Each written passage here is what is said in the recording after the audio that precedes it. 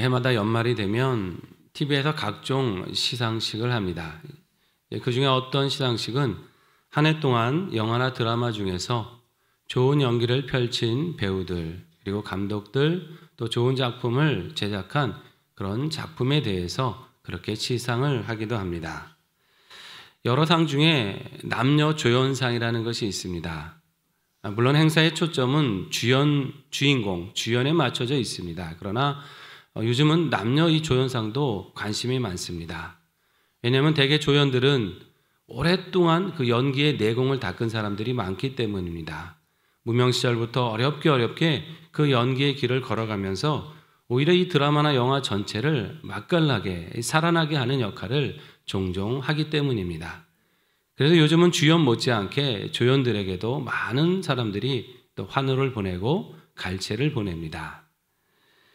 하나의 작품 속에 훌륭한 조연이 된다고 하는 것은 참 기쁜 일이고 중요한 일입니다. 그래서 자기가 속한 그곳 자체를 참으로 살아나게 하고 또 그 모든 흐름을 참으로 잘 이끌어갈 수 있다고 한다면 그 조연은 주연 못지않은 그런 감당을, 그 역할을 했다라고 말할 수가 있기 때문입니다. 네, 여러분, 비단 영화나 드라마일 뿐이겠습니까? 우리 인생도 어떻게 보면 마찬가지입니다. 우리는 하나님이 주신 인생이라고 하는 이 무대에서, 역사라고 하는 무대에서 각자 자신에게 맡겨진 역할을 잘 감당하다가 우리는 또 하나님 앞으로 돌아갑니다.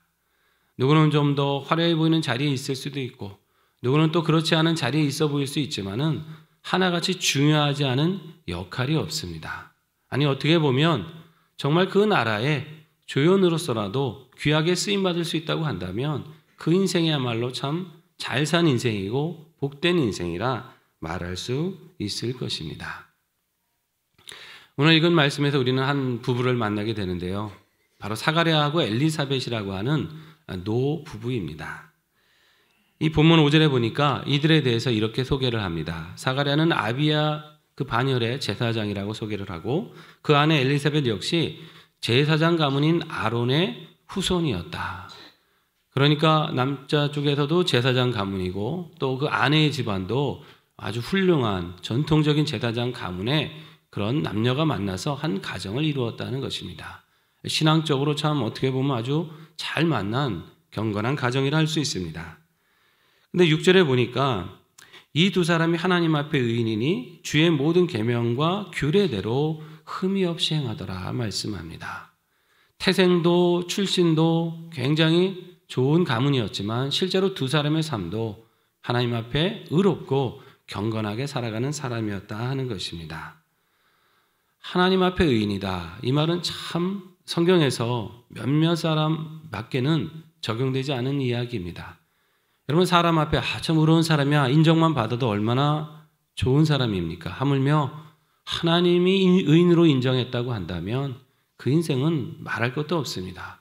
아주 축복을 많이 받아야 될 인생이고 또 무엇보다 뭘 하든지 형통할 수밖에 없는 인생입니다.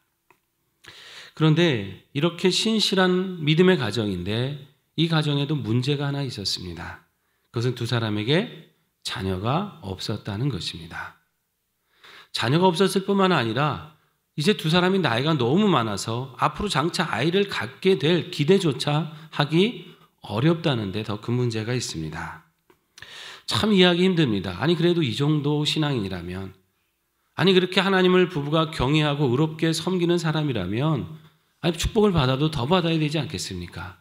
아니, 남들보다 더는 안 받더라도 최소한 남들 받는 축복만큼은, 남들 누리는 행복만큼은 누려야 되지 않겠습니까? 그런데 두 사람에게는 다른 가정이 기본적으로 누릴 수 있는 그 기쁨조차 지금 허락되지 않고 있다는 것입니다. 참 이해하기 힘든 사건입니다.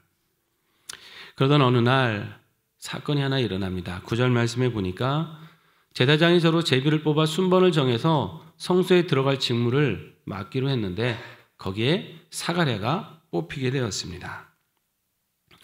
이 당시 이스라엘에는요, 제사장이 무려 2만 명 정도가 봉사하고 있었습니다. 하도 숫자가 많으니까 한 번에 다 봉사할 수가 없어서 24반열로 24개의 그 팀으로 제사장을 나누었습니다. 그러니까 적어도 한 반열에는 적게는 900명에서 1000명 정도의 제사장이 함께 속해 있었습니다.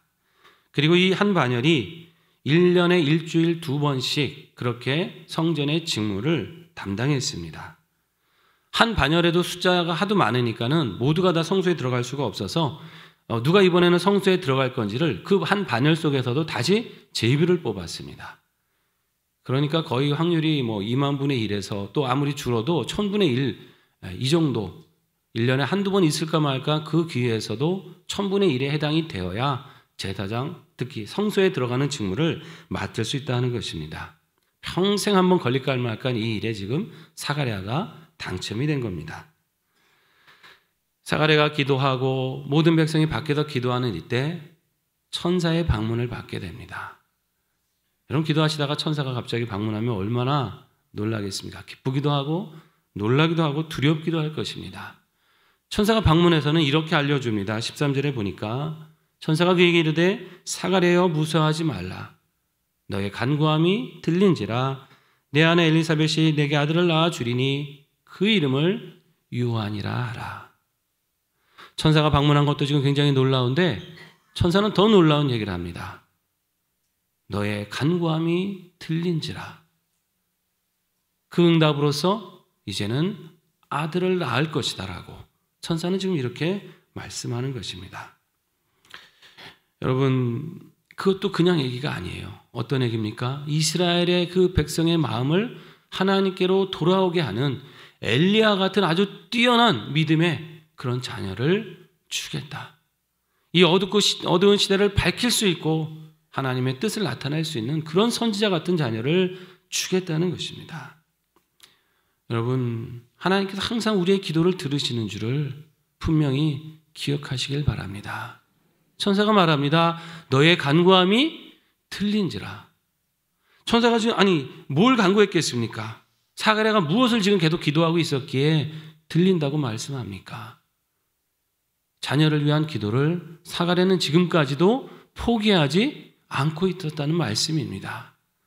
그 정도면 포기할 법하지 않겠습니까? 세월이 얼마인데 너의 간구가 들렸다는 것입니다. 여기 기도라고 하는 말이요. 보통은 이제 프로슈케라고 하는 말을 씁니다. 일반적으로. 근데 여기 본문에는 데시스라고 하는 그런 단어를 쓰고 있는데 이 뜻은 특별한 목적이 있는 기도를 드렸다라는 뜻입니다. 특별한 목적이 있는 기도. 사가랴가 어떤 기도를, 엘리사벳이 어떤 기도를 드렸기에 특별한 목적이 있는 기도라고 했겠습니까? 분명히 그들은 이 시대의 아픔을 보고 있었을 것입니다.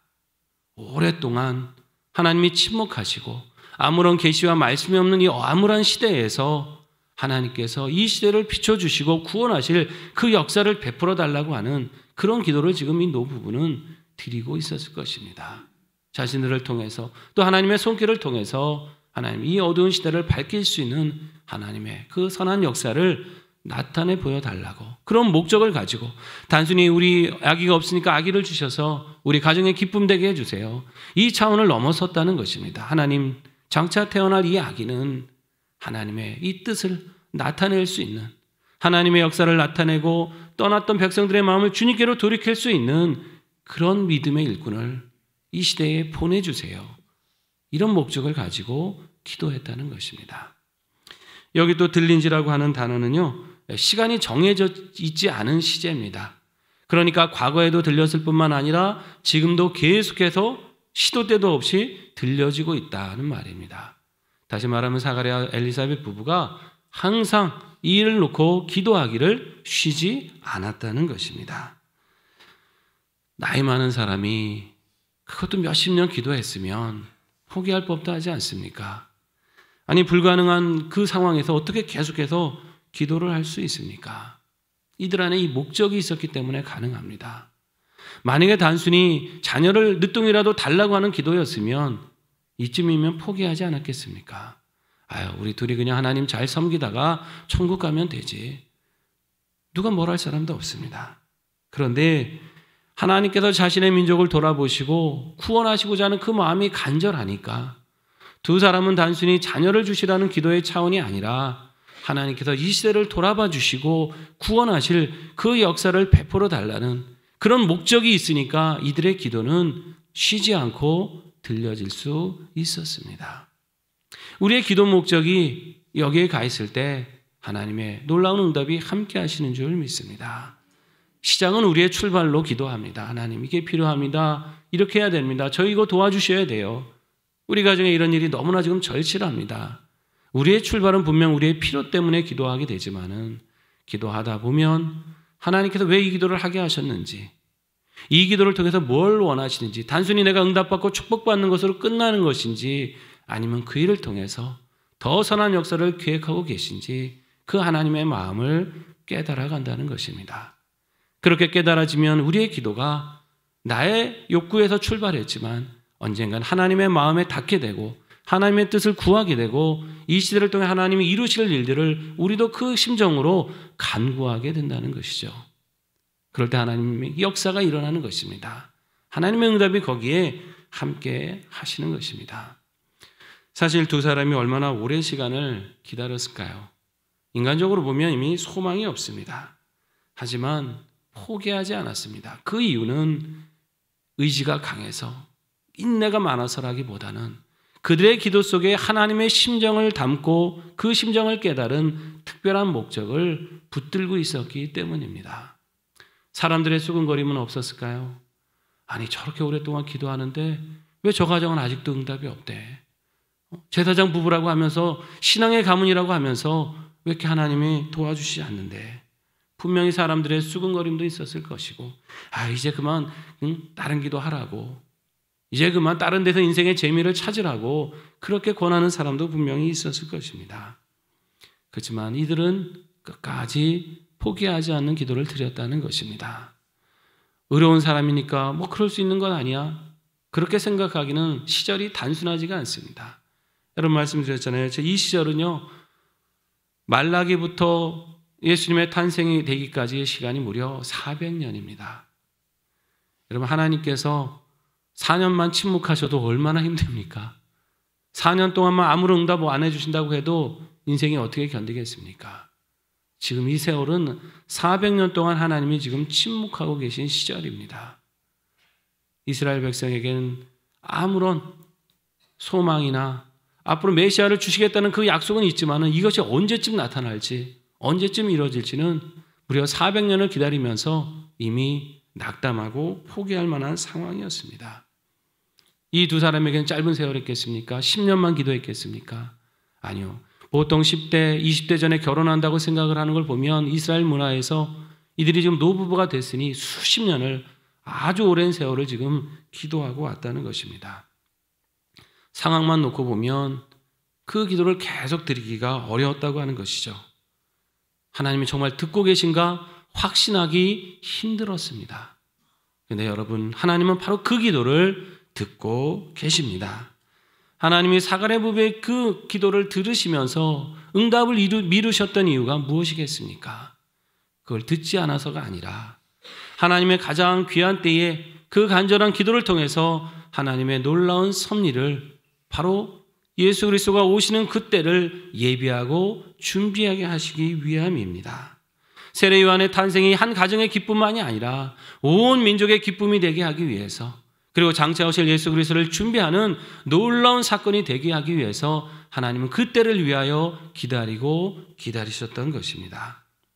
한번 생각해 보십시오. 당시 제사장이 2만 명이라고 했습니다.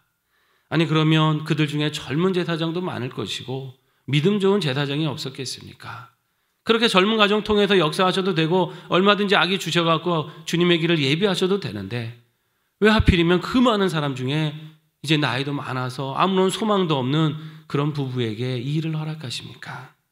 하나님의 역사는 하나님의 능력으로 된다는 것을 보여주시는 것입니다. 어떤 상황에 굴하지 않고 하나님의 뜻을 헤아리면서 포기하지 않은 믿음의 사람들, 바로 그들을 통해서 하나님은 역사하시기를 기뻐하신다는 것입니다. 의지할 것이 아무것도 없는 그런 상황에도 오직 이 일을 하나님이 이루실 줄 믿고 하나님을 붙들고 나가는 그 사람들을 통해서 하나님은 그 역사하실 계획과 섭리를 나타내 보이시는 것입니다. 그러니까 사가랴가 지금 이렇게 분향하다 천사를 만나게 된 것, 이것은 우연도 아니고 하나님의 놀라운 계획과 섭리 가운데 지금 이루어진 사건이었다는 것입니다. 단순하게 생각해 보면 경건하게 사는 부부에게 자녀가 없다. 참 이거는 이해하기 힘든, 납득하기 힘든 사건입니다. 더욱이 자녀가 없는 것이 하나님의 축복을 받지 못했다라고 여겼던 바로 그 당시에는 본인들만이 아니라 주변 사람들도 믿음의 회의를 갖기가 쉬운 사건입니다. 아니, 저렇게 경건하게 사는데, 저렇게 기도하는 사는데 응답이 없다면, 아니, 나 같은 사람은 어떡하라고? 나 같은 사람은 하나님 기도 들어주시긴 하겠어? 사람들에게도 분명 굉장히 받아들이기 힘든 사건인 것입니다. 그런데 우리가 사가랴의 응답을 통해 깨닫는 건 무엇입니까? 하나님께서 그것을 기다리신 것은 그 가정에 문제가 있어서가 아니라 하나님의 특별한 역사하실 일이 남아 있었기 때문이라는 것입니다. 그 섭리를 기다리며 하나님의 역사를 기다리며 인내하고 믿음으로 간구할 줄 아는 그 사람들을 주님은 찾고 계셨습니다. 여러분, 우리가 한순간 믿음을 갖고 살기는 쉽습니다. 그래, 믿습니다 하고 결단하고 어떤 일을 행하기는 그래도 좀 낫습니다. 그런데 지속적인 믿음을 갖는다는 것, 이것은 결코 쉬운 게 아닙니다. 기도해서 바로바로 응답해갖고 또 내가 기도해야지라는 일은 쉽겠지만은 오래도록 기도하는 일이 아직 응답이 되지 않는데 그래도 믿음을 붙들고 기도해야 돼 하면서 하나님 앞에 나간다는 것, 그렇게 간단하지가 않다는 것입니다. 왜 믿음이 어렵고 기도가 어렵겠습니까? 이례적으로 딱 드리고 나면은 괜찮겠지만 이것은 응답이 더딘 것 같아도 인내로 지속적으로 드려야 되기 때문에 거기에 진정 기도와 믿음의 어려운 부분이 있다고 하는 것이죠. 하지만 아무리 어렵고 절망적인 상황이 되어도 멈추지 않아야 될 것, 바로 그것이 기도입니다. 왜요? 거기에 바로 하나님께서 예비하고 계신 일이 이루어지고 있기 때문입니다. 하나님께서 계속해서 믿음의 사람들을 찾으시고 그 기도를 통해 역사하실 일이 아직 남아 있기 때문입니다. 여러분, 내가 오랫동안 기도하는 일들이 있으시죠? 어떤 일들은 내가 분명히 하나님의 뜻에 맞게 구하고 있는데 내가 지금 이건 내 욕심이 아니라 우리 주님의 영광 위해서 구하고 있는데 왜 이렇게 아직까지 응답이 없으신가? 답답할 때가 있을 수도 있습니다. 여러분, 그렇다고 한다면 한번 말씀을 묵상하면서 하나님이 더 특별한 목적을 위해서 더 기다리시는 것 아닌지, 더 역사하실 일이 있는데 그것을 이루기 위해서 기도로 동역할 자를 찾고 계시진 않은지 깊이 한번 들여다보시길 바랍니다. 하나님이 나를 덜 사랑하셔서도 아닙니다. 내 기도를 외면하거나 듣지 않으셔서가 아닙니다. 분명히 이루실 역사가 있는데 그 때가 차기 위하여, 그 믿음이 차기 위하여, 어떤 상황에서든지 하나님만을 의지하는 믿음의 사람들을 찾으시기 위하여 하나님은 때로 기다리신다는 것입니다. 그래서 그 응답이 이루어졌을 때, 그 응답이, 그 축복이 나의 삶을 통해 나타날 때 하나님 앞에 영광 돌리기에 걸맞는 사람이 되도록 우리를 붙들어 가시는 것입니다. 말씀을 통해 우리는 기억해야 합니다. 어떤 상황에서든지 하나님에 대한 신뢰와 소망을 잃지 않을 때 하나님은 그들을 통해서 반드시 역사하십니다. 막막한 상황에서도 그 기도를 포기하지 아니하고 하나님의 역사를 이루기 위해서 기도했던 사가랴와 엘리사벳 부부를 통해서 바로 예수 그리스도가 오시는 그 길을 예비하셨습니다. 마찬가지로 오늘 이 시대에 우리의 기도를 통해서 하나님은 그 이루실 뜻을 지금 준비하고 계십니다. 어떻게 보면 이 두 부부는 그냥 잠깐 여기에 나타났다가 사라지는 조연과 같습니다. 하지만 믿음과 기도로 굴하지 아니하고 어떤 상황에든지 하나님을 신뢰하는 이 두 사람, 그래서 결국 하나님이 원하시는 그 뜻을 이루어가는 두 사람은 이제는 조연이 아니라 하나님 나라의 주연인 것입니다.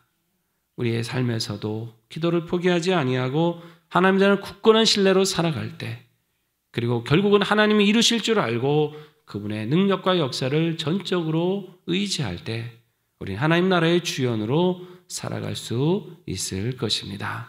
우리 모두에게 이러한 축복이 함께 하시기를 축원합니다.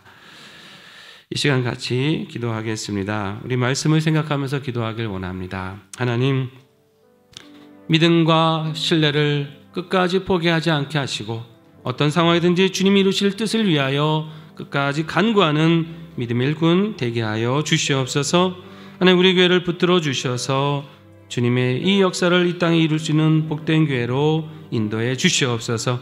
우리 유임 목사님 영육 강건하게 기도해 주시고 이 연말의 모든 사역들이 아름답게 열매 맺는 교회가 될 수 있도록 우리 시간 말씀 생각하시면서 또 우리 교회 위해서 함께 통성으로 기도하겠습니다. 아버지 하나님, 감사드립니다. 저희들 기도하며 이 시간 말씀을 듣습니다. 하나님 나라에 저희들 주연으로 살길 원합니다. 사가랴 엘리사처럼 믿음의 끈을 포기하지 아니하고 기도를 포기하지 아니하고 하나님 앞에 간구하며 나가길 원합니다. 하나님 역사하여 주시옵소서. 하나님 붙들어 주시옵소서. 하나님 함께 하셔서 모든 응답해 주시고 우리의 그 특별한 때와 섭리를 따라 기다리고 믿음의 간구를 응답하셔서 가장 복된 응답으로 주시옵시고 하나님 역사를 우리의 삶을 통해 이루어 주시고 우리의 삶을 통해 나타날 수 있는 그 역사가 더욱더 복된 역사, 귀한 역사 될 수 있도록 인도하여 주시옵소서. 하나님, 우리 길 든든히 믿음의 반석에 세워 주시옵시고 축복해 주시고 함께 해주시길 원합니다. 하나님의 영광한 역사를 나타낼 수 있는 우리 교회 되게 도와주시옵소서. 이 땅에 빛을 비추는 교회 되게 도와주시고 우리 세우신 유임 목사님 영역 강건하게 붙잡아 주시옵고 성령의 능력 충만케 하셔서 하나님의 교회를 이 땅의 하나님의 역사를 주님께 온전히 그 영광 나타나며 하나님의 그 복음의 선포를 통하여 많은 교회들이, 많은 영혼들이 구원받아 돌아올 수 있는 역사를 베풀어 주시옵소서. 이 시간 가지고 나온 귀한 기도의 제목들이 있습니다. 함께 하셔서 응답해 주시고 하나님께서 주시는 이 교회의 귀한 응답을 받게 하여 주시옵소서. 함께 하여 주시길 원합니다. 사랑의 하나님, 감사드립니다. 하나님, 사가랴 엘리사벳 부부가 어려운 상황에서도 하나님만을 신뢰하며 믿음과 기도를 끊이지 아니했던 것처럼 우리의 삶에도 온전히 주님을 신뢰하는 믿음의 기도의 삶을 살게 하여 주시옵소서. 하나님께서 가장 선하신 뜻을 이루실 줄 믿고 낙심치 않게 하여 주시고 하나님의 기도하는 가운데 주님의 그 심정을 발견하게 도와주셔서 우리의 기도가 주님의 소원이 되며 주님의 뜻이 되어 그 역사를 통해 하나님 영광 받아주시고 우리를 통해 하나님의 선한 역사가 주변에 아름다운 축복으로 퍼져갈 수 있도록 붙잡아 주시옵소서. 하나님께서 우리 교회를 든든히 붙잡아 주셔서 이 어려운 시대에 하나님의 빛이 되게 도와주시며 시대에 주님의 말씀으로 굳게 서는 등불로 삼아 주시옵소서. 이 시간 가지고 나온 귀한 기도의 제목들 주님 앞에 간절히 아뢰을 때에 하늘을 여시고 풍성히 응답하여 주시오며 한 해를 마무리가는 시점에서 바라고 구했던 모든 것들 귀한 아름다운 열매로 결실할 수 있는 시간이 될 수 있도록 동행하여 주시옵소서. 우리 주 예수님의 이름으로 기도하옵나이다. 아멘.